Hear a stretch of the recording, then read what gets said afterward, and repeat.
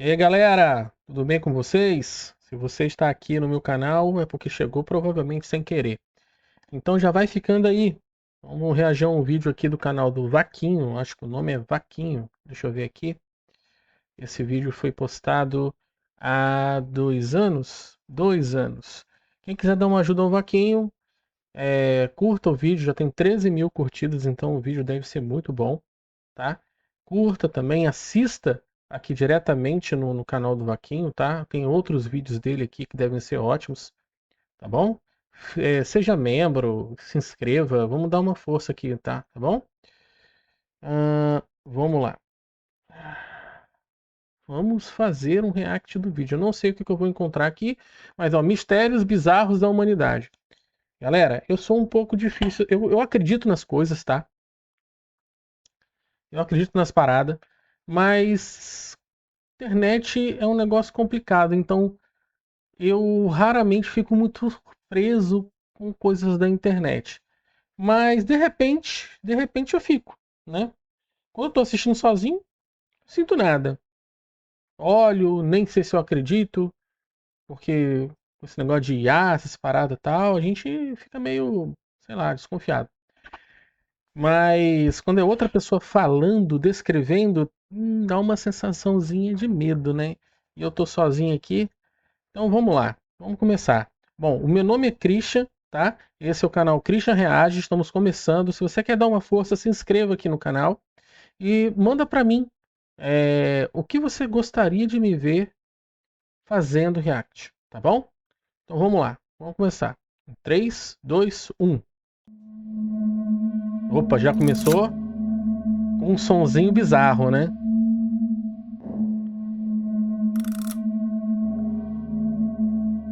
Som Júlia. Você sabe o que é talassofobia? Em palavras simples, seria aquela Talassofobia. Eu já ouvi falar de muitas coisas, mas eu não sabia, nunca ouvi falar de talassofobia, tá? sensação bizarra que o mar causa e o medo do que se pode estar escondido nas profundezas. E eu não sei se você Então eu tem isso, tenho mas a isso. história que Eu vamos tenho isso. analisar é uma Eu pela tenho qual isso. muitos sofrem dessa fobia. E esse mistério começa em 1º de março de 1999 com a NOAA, ou seja, a Administração Nacional Oceânica e Atmosférica dos Estados Unidos. A Caramba. NOAA havia instalado uma extensa rede composta por vários hidrofones que são microfones especiais para registrar e documentar eventos debaixo da água, como terremotos, atividade vulcânica e padrões de migração animal, entre outros. Esse sistema de microfone foi inventado nos anos 50 e é conhecido como rede SOSUS, e se estende ao longo do Oceano Pacífico e Só um Atlântico por momentinho, gente. centenas de sido como animal, entre outros. Esse bicho aqui, ó. Acho que é água-viva, né? Assim, te olha assim, parece até um papel de parede, né? Mas é um bicho extremamente perigoso, né? Se for o que eu tô pensando, é até venenoso e mata. Esse sistema de microfone foi inventado nos anos 50 e é conhecido como rede SOSUS, e se estende ao longo do Oceano Pacífico e Atlântico por centenas de quilômetros, sendo capaz de captar sons a uma distância impressionante. Então, um dia como qualquer outro, os pesquisadores da NOAA estavam fazendo seu trabalho quando, do nada, ouviram algo estranho.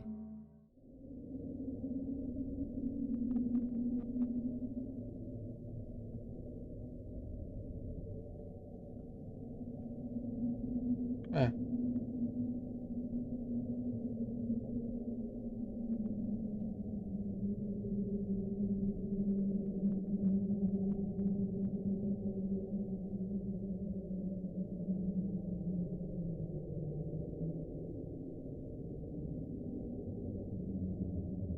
Rapaz, eu demorei pra conseguir entender e distinguir. Mas vocês ouviram também, né?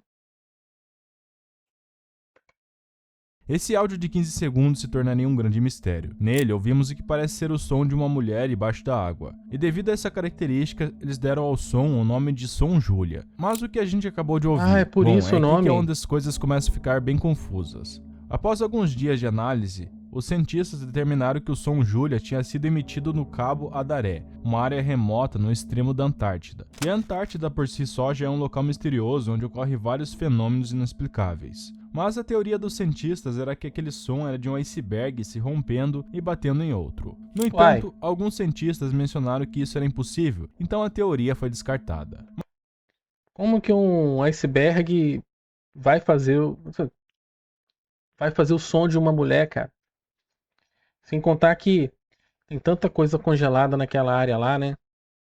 Às vezes eu fico pensando, cara, dá até medo de saber que tem coisa congelada lá. Deve ter muita coisa que, se for descongelado, o ser humano não aguenta. Tipo doença, bactéria, essas paradas. Mas, então o que poderia ter causado esse som? Bom, as explicações começam a ficar bem complicadas. Pessoas ao redor do mundo interessadas nesse mistério começaram a procurar por mais informações, e acharam algumas informações no mínimo curiosas. Por exemplo, algumas pessoas comentam que durante o mesmo período, a NASA conseguiu capturar uma imagem de satélite. Nela vemos uma silhueta de uma criatura misteriosa debaixo da tubarão, água, isso aí? exatamente na mesma área Uma de onde baleia? veio o som, Julia, sendo uma descoberta interessante.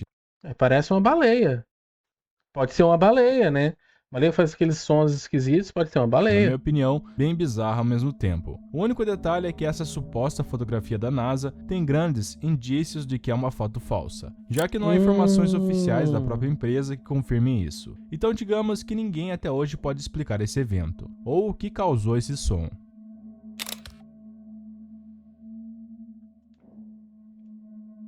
Há algumas décadas ocorreu um evento misterioso nunca antes visto no mundo. Esse evento aconteceu em Oakville, em Washington. Já mudou? Então, gente, o que vocês acham? Foto falsa? Pode ser falsa e pode não ser, né? Mas, assim, pode ser o som de uma baleia. Porque eu quero acreditar que é o som de uma baleia. Porque se não for o som de uma baleia, vai ser o som de quê? Eu já fico meio bolado quando eu fico lendo as histórias de A.P. Lovecraft. Eu espero que seja o som de uma baleia, pro nosso bem. O acontecimento causaria um terror na região durante os 3 meses seguintes. Um acontecimento que ninguém conseguia obter uma resposta, apesar de algumas pistas suspeitas. Mas de que evento a gente está falando? Bom, dando um pouco de contexto, Oakville é uma cidade caracterizada por fortes chuvas. Em 7 de agosto de 1994, por volta das 3 da manhã, uma grande chuva começou a cair. Mas essa não era uma chuva comum, eram gotas gelatinosas de cor transparente, tão pequenas quanto um grão de arroz. No início, os habitantes de Oakville não prestaram muita atenção, pensando que era algum evento sem importância. Mas na verdade, essa chuva gelatinosa cairia sobre Oakville várias vezes durante as 3 semanas seguintes. Foi quando os cidadãos começaram a se perguntar o que estava acontecendo, e não para por aí. Bom, parecia granizo, mas ele falou que era gelatinoso. Podia ser alguma coisa química, né, que estava na área.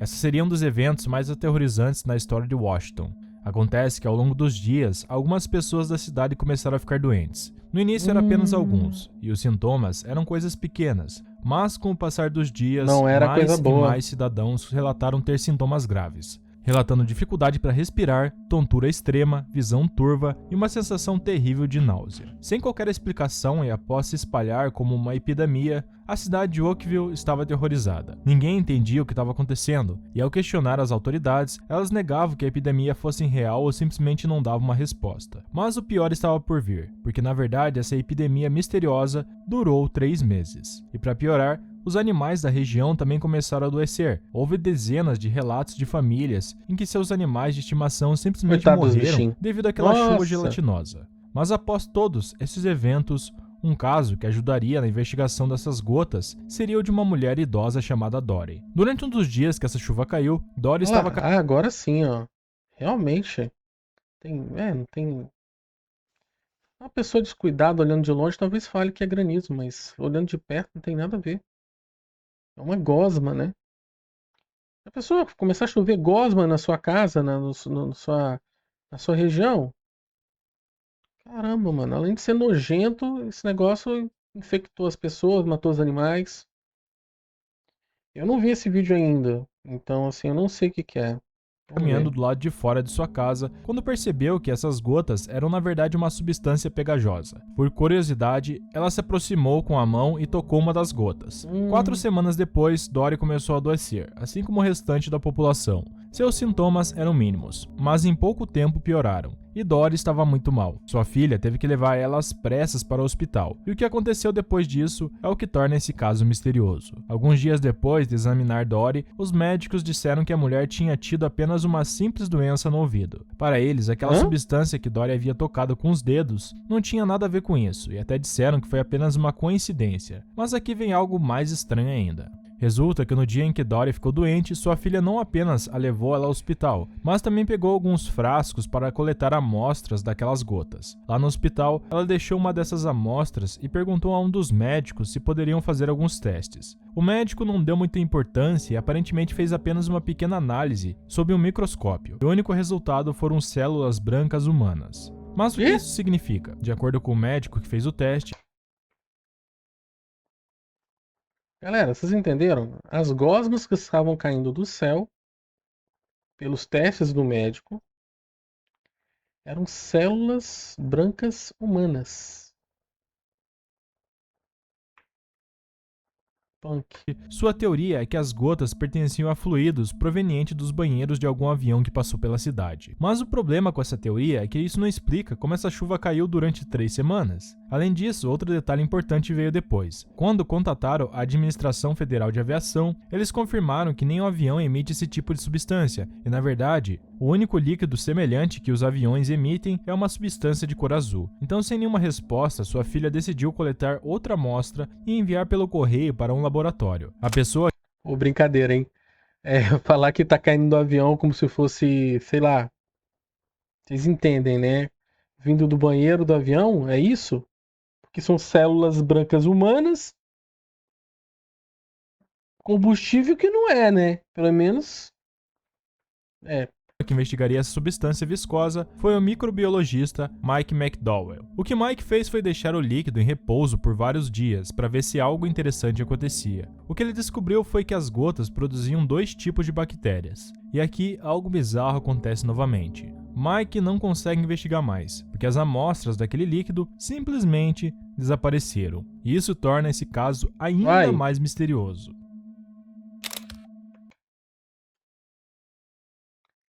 Então acabou aí.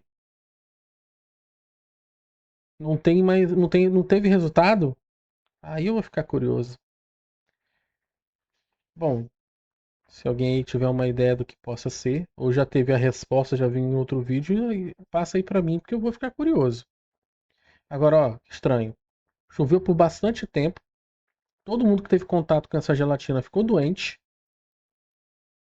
Exames rasos disseram que eram células brancas humanas. E do nada elas somem. No mínimo, realmente bizarro, né? No dia 30 de junho de 1908, perto do rio Pokamenaya Tunguska, na Rússia, ocorreu um Pokamenaya Tunguska. Caraca, eu consegui falar. evento bizarro onde desapareceu um total de 18 milhões de árvores, e com isso criou um círculo quase perfeito de 2.100 metros. Não, peraí. Como é que é? Sumiu? Quantas 8 milhões árvores? de árvores. Gunska, na Rússia, ocorreu um evento bizarro onde desapareceu um total de 18 milhões de árvores, e com isso criou um círculo quase perfeito de 2.100 metros quadrados nesse local. Mas o que aconteceu aqui? Bom, esse é o problema que parece que ninguém sabe. Não, então o que podemos descobrir sobre? Coisa A parte da Sibéria onde ocorreu esse fenômeno era uma área não tão povoada. Mas enquanto a manhã daquele dia se desenrolava por volta das 7 horas, centenas de pessoas testemunharam o mesmo evento, o que acabou retirando a vida de 3 pessoas. E de acordo com os relatos, as pessoas que estavam fora de suas casas naquele momento viram uma luz intensa e azulada no céu, que segundos depois foi acompanhada por um som de armas, um clarão e finalmente o som de uma explosão terrível. Há o testemunho de um homem que enquanto caminhava... Pode ter sido um teste de bomba, né? Pelo que ele relata, pode ter sido um teste de bomba. Alguns vão dizer que é alienígena. Que também não, sei lá, não sei se eu não acredito não. Ultimamente eu tenho acreditado em muita coisa. Então, pode ter sido. Pode ter sido alienígena, pode ter sido bomba. Teste de arma lá na Rússia, pô, isso é difícil acontecer não. Área não tão povoada. Mas enquanto a manhã daquele dia se desenrolava por volta das 7 horas, centenas de pessoas testemunharam o mesmo evento, o que acabou retirando a vida de 3 pessoas. E de acordo com os relatos, as pessoas que estavam fora de suas casas naquele momento viram uma luz intensa e azulada no céu. E azulada segundos depois foi acompanhada por um som de armas, um clarão e finalmente o som de uma explosão terrível. Explosão. Ao testemunho de um homem que, enquanto caminhava de volta para casa, começou a ver essa luz no céu e em poucos segundos ouviu o som de canhões e foi arremessado vários metros para o chão.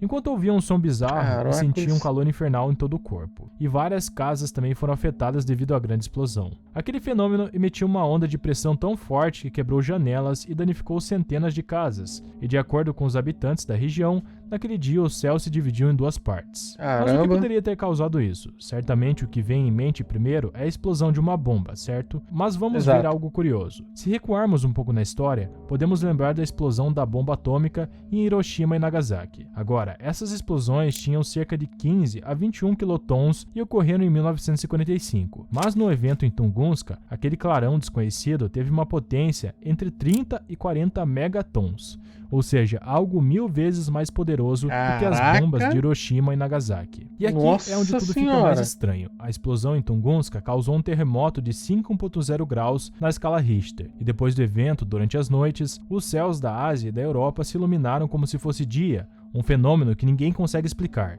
já que o local do evento estava muito afastado e investigar ele era muito difícil. E infelizmente naquela época não deram importância ao local, talvez... Nossa, afetou bem longe. Minha esposa vai falar, são alienígenas. Foi um ataque alienígena.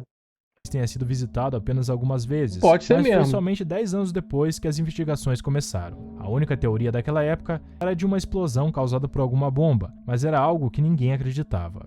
Então aconteceu que nos anos 60, o novo grupo de pesquisa foi à área. Lá, eles encontraram algumas pistas que sugeriam que um grande meteorito havia impactado o local. Na área, havia rastros de ferro e níquel, minerais característicos de meteoritos. Eu falei, eu acho que no começo, a teoria diz que um grande meteorito entrou na atmosfera, depois explodiu no meio do ar, causando uma grande explosão e devastando a floresta. Mas aqui vêm os problemas dessa teoria. Para começar, não há uma explicação para o porquê do céu continuar se iluminando à noite nos dias seguintes à explosão. Também é comentado sobre o fato de que, se isso tivesse sido um meteorito, então haveria fragmentos dele em Tunguska, mas eles nunca foram encontrados. Também é comentado que, se isso fosse um meteorito, então haveria uma cratera devido à explosão. No entanto, o único vestígio foi o círculo perfeito onde tudo foi pulverizado e a Terra não mostra nenhum tipo de dano ou evidência de impacto. Então, o que aconteceu em Tunguska realmente? Bom, isso é o que torna esse evento um grande mistério. Alienígena. Muitos acreditam que talvez Tunguska tenha sido usado por algum país como um local de testes para uma arma desconhecida. Outras pessoas acreditam que isso foi um local de colisão de uma nave desconhecida, da qual o governo russo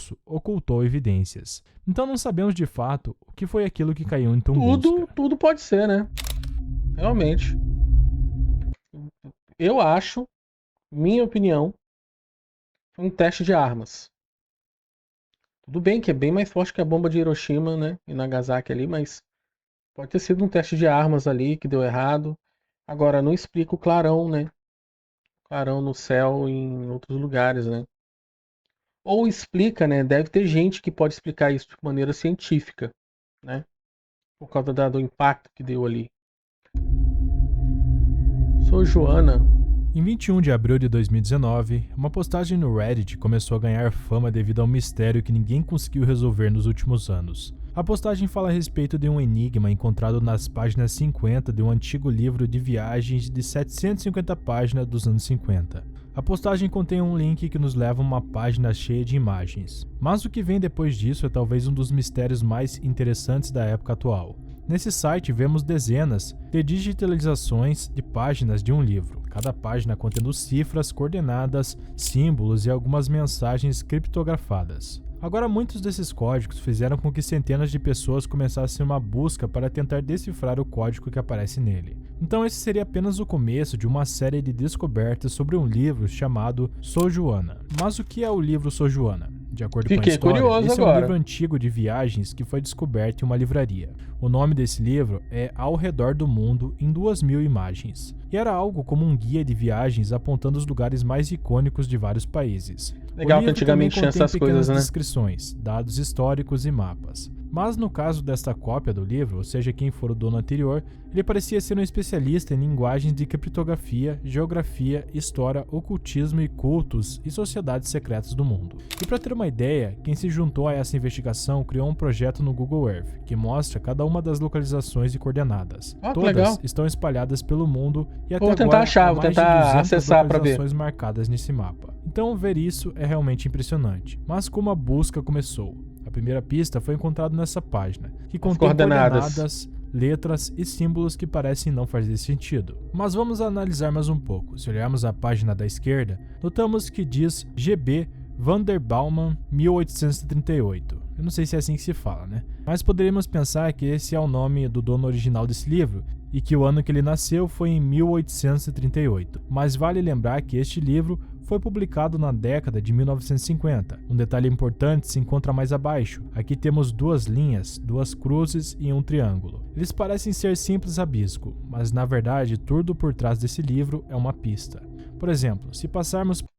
Caraca, em pensar que para você ter esse conhecimento para fazer esse tipo de coisa, você tinha que ser um crânio, mano. Você tinha que ser muito, muito, muito bom mesmo.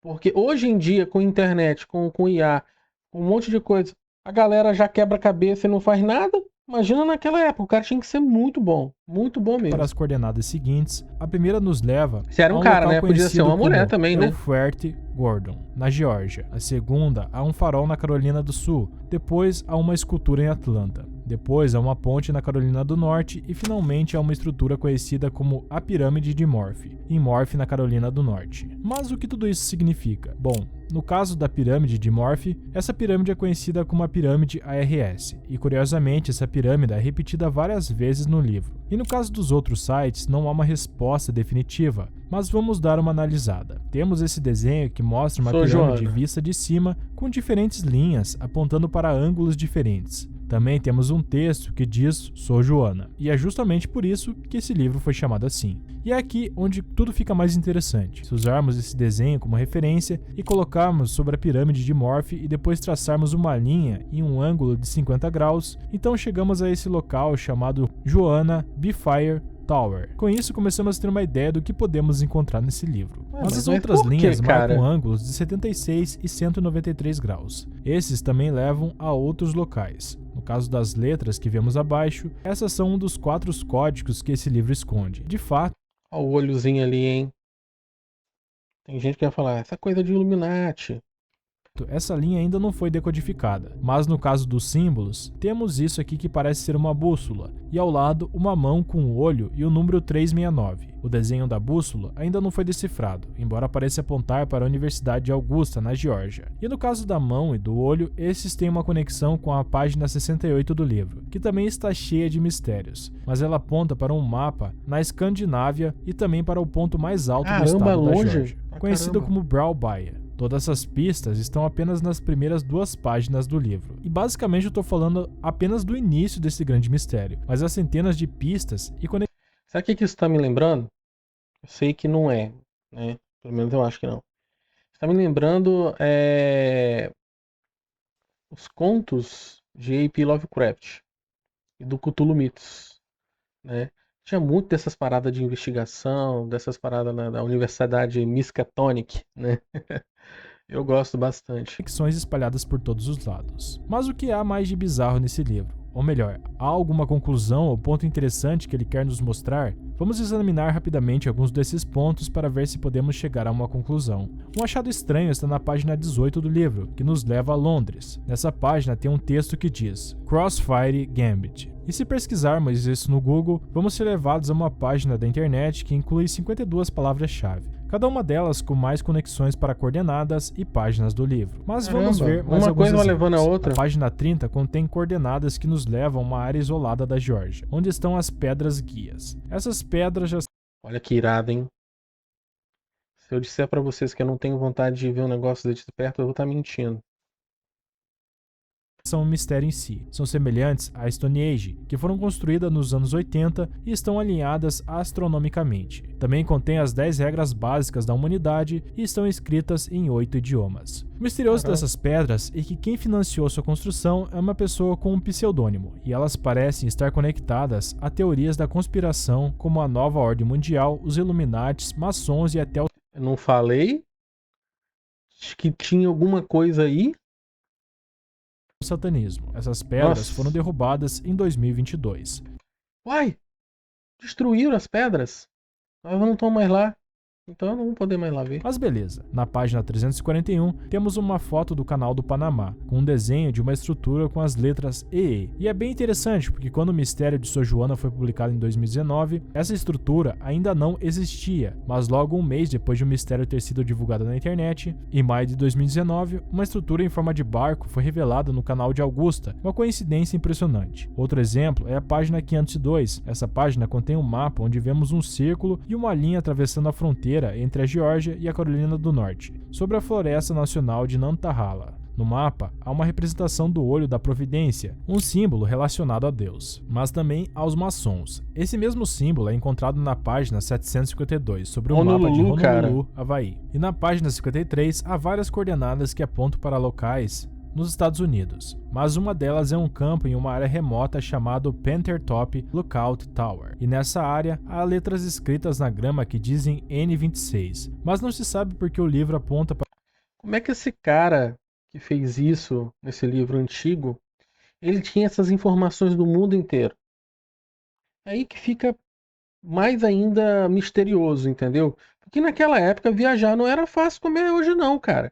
Hoje você tem dinheiro, você viaja, mas naquela época os meios eram outros. Se você chegar em locais assim, você tinha que ser indicado, levado, porque, pô, não é a mesma coisa. para todos esses locais. Ou seja, parece que são algo como becos sem saída, e na verdade é que um dos problemas começaram com essa investigação, porque depois de alguns anos ela parecia estagnar, não havia mais pistas ou coisas que indicassem o que esse livro realmente significava. Então, quando as pistas não levaram a nada, os membros da comunidade tiveram uma ideia. Eles decidiram que seria melhor investigar a loja de onde veio esse livro. Dias depois, ao chegarem à loja e perguntarem à proprietária sobre esse estranho livro, ela respondeu que há alguns anos atrás eles também tinham a primeira cópia desse livro, ou seja, A Volta ao Mundo em 1000 fotos. E a dona da loja dizia que não se lembrava de ter vendido qualquer exemplar da segunda parte, mas curiosamente tinha uma carta que chegou algum tempo atrás, quase ao mesmo tempo em que o mistério foi revelado na internet. A carta continha mais coordenadas, mapas, símbolos, mas também trazia um documento falando sobre a criação de um santuário maçônico nas montanhas Smoky. E isso é apenas um pouco do que há no livro do Sojuana. Como eu disse, muitas dessas pistas às vezes acabam sendo becos sem saída ou simplesmente não foram resolvidas ainda. Mas ainda não respondemos a pergunta do que esse livro quer nos dizer. Então, quais são as teorias sobre ele? No início, pensava-se que se tratava de um RG, mas dado que as pistas são mais estranhas do que o normal e que na verdade não parece haver nada apontando para uma direção específica, muitos consideram que não é, ou seja, não parece haver uma história específica. Outra teoria sugere que o livro fala de algum tipo de ritual que vai abrir um portal na Terra. Isso já não gostei.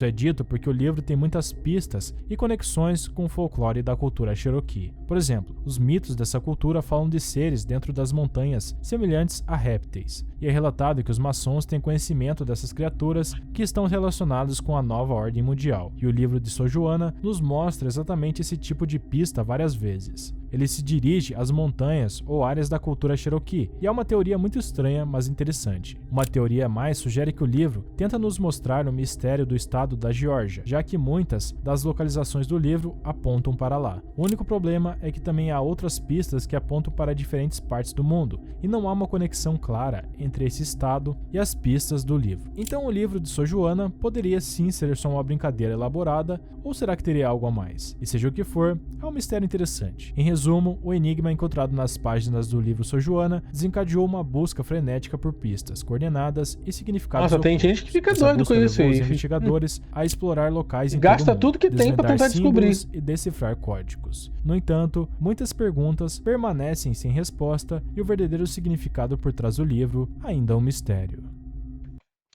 E vocês sabem do que se trata o livro Sojuana? Alguém já descobriu isso? Bom, vou dar meu parecer aqui. Meu avô era maçom nunca ouvi falar, e nem, nunca falou sobre isso. Mas maçom também não fala nada, né? Não conta nada.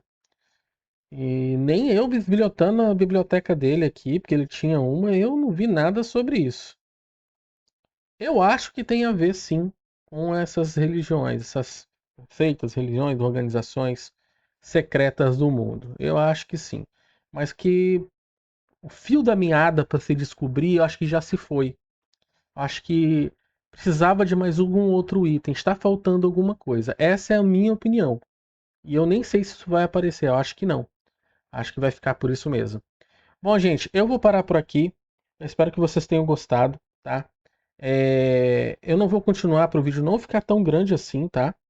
Mas vamos aqui, olha. Esse é o vídeo Mistérios Bizarros da Humanidade. Se vocês quiserem ver o restante, tá? É no canal do Vaquinho. Tá aqui, ó. Vaquinho, tá bom? Esse vídeo foi lançado há 2 anos e teve 209 mil visualizações. Ok? É isso mesmo? 13 mil likes. Tá? 13 mil e alguma coisa.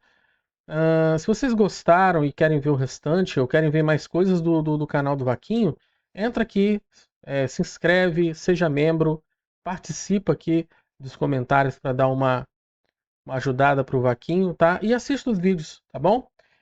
Vaquinho, gostei bastante da maneira que você faz o vídeo, cara. Quem dera eu tivesse essa capacidade, tá bom? Obrigado aí por ter feito esse vídeo. Eu fiquei curioso, bastante curioso com algumas coisas dele, tá? Principalmente com essa questão do livro. Eu gostaria de ter esse livro. Eu gosto dessas paradas esquisitas, tá bom? Bom, vou ficando por aqui. Quem quiser dar uma ajuda pro canal, se inscreva no canal. É um canal novo que eu tô fazendo, tá? O meu outro canal é o Jogando em Família, tá? Que também tá bem no começo, ainda mais porque eu dei uma paradinha de jogar. Mas eu prometo que eu vou voltar, tá? Quem gostar dessas coisas, quiser me dar uma ajuda, ajuda que eu falo assim, dando algumas dicas, o que eu posso reagir, o que eu posso fazer, sejam bem-vindos, tá bom? Não se esqueça de curtir o vídeo do Vaquinho. E se puder, me dê uma curtida também e se inscreva no canal Christian Reage. A gente volta com mais vídeos, tá bom? Fiquem com Deus e até a próxima.